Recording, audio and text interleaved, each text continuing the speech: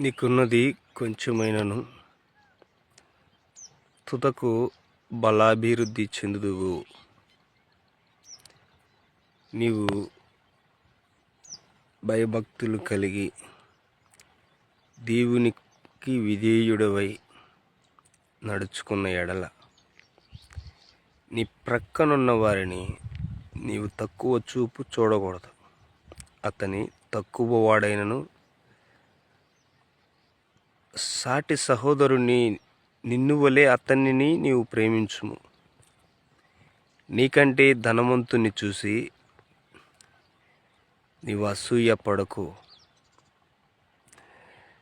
నీకున్న దాంతో నీవు తృప్తి చెందు. అప్పుడే నీకు మనశ్శాంతి, నెమ్మది. దేవుడు నిన్ను ప్రేమిస్తారు, నిన్ను దీవిస్తారు.